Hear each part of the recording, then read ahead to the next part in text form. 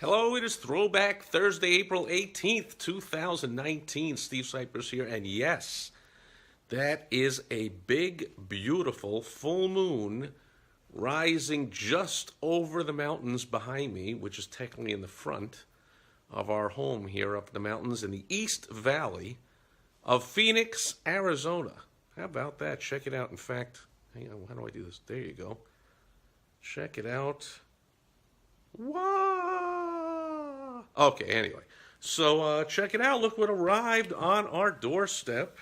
Hang on, let me. There it is. The Phoenix East Valley Yellow Book. So for people that don't know, and even for people that do, I spent 3.5 years about as a little less, as a consultant to advertisers for a Yellow Page company up in the Chicago area. Elizabeth is here. Good seeing you. It was called the R.H. Donnelly AT&T. It was called something like the R.H. Donnelly AT&T Yellow Pages. My goodness, keep losing the connection here 5 feet in front of my own house. So I'll end it quickly. It later on merged and changed its name to Dex, and this was the main competition, the Yellow Book, as opposed to the phone book, the Yellow Pages. Very smart, by the way, the Yellow Book, to call themselves the Yellow Book, and to use the little fingers, do the walking logo, which I think the story was that the Yellow Pages company that first came up with that failed to register that trademark, and therefore anybody could use it. How idiotic. So much confusion in the marketplace. But anyway, my point is, look how thick this book still is. So do you think that it's this thick, and of course there's no content in here? Well, there's listings of phone numbers, but otherwise most of it is all just advertising. So would there be all this advertising, including, you see on the front there's a few ads, there's the back cover, there's one on the spine, and there's all kinds of stuff, of course, throughout the whole thing. All these ads and listings, but the ads cost a whole bunch of money. Would you think all these business owners are that incredibly stupid? Well, unfortunately, the answer is most of them are. But some of them are not.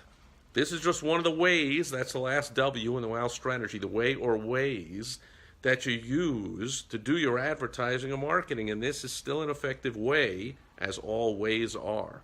Notice that when TV came along, radio didn't just disappear off the face of the earth, right? When Netflix came along, movie theaters didn't disappear. When cars came out, bicycles and horses didn't fall off the face of the earth. Like things don't at 100% replace previous things. So the internet did not completely replace offline advertising ways like newspapers and magazines and phone books. It's just that they cost a heck of a lot more money than doing social media, or putting up a Facebook page, or putting up an Instagram page or something, which is basically free, or a YouTube channel.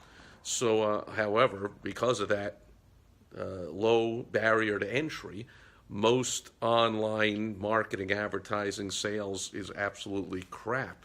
But that's because people don't have any skin in the game, so just send out an email or put up a social media post without even thinking about it, without any expertise, without hiring any copywriters or consultants or anyone that knows what they're doing. So most of that fails. When you fail in something like this, though, it can cost you some big bucks. So if you want specific help and you think that this is a way that you ought to use, in other words, you've already done the first 2 letters of the WOW strategy, exactly who you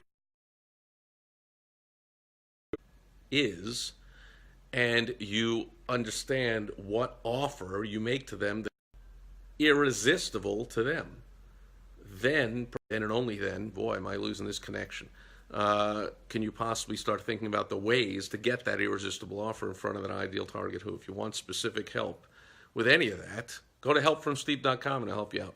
Eric Pipenhagen is here, and Jerry. Those are 2 guys that I met when I was working at the Yellow Page company. Check it out.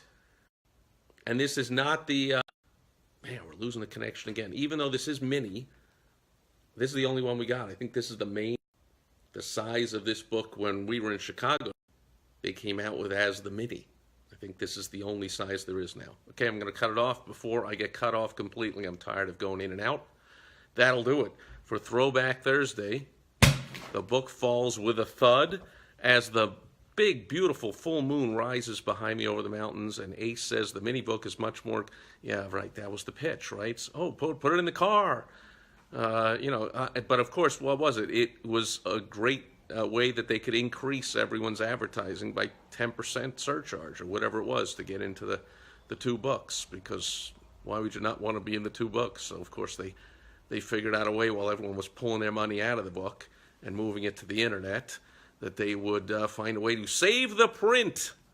That was the inside slogan, inside the Yellow Page sales offices, not told to the prospects and the advertisers, although I did. I mean, I was always no BS, and I was always very straight with my advertisers, and I always told the managers, I said, I'm not here to do what's best for the company. I do what's best for the advertisers, and that will in effect do what's best for the company.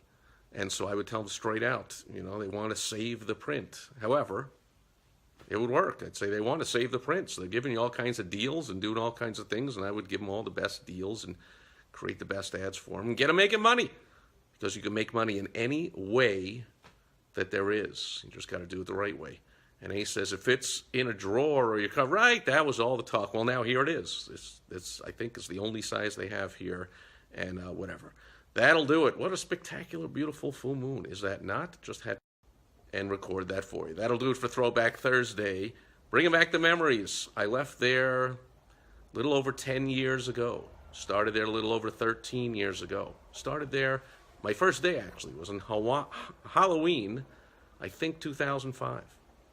So, and then I left around February 2009, something like that, a little over 3 years.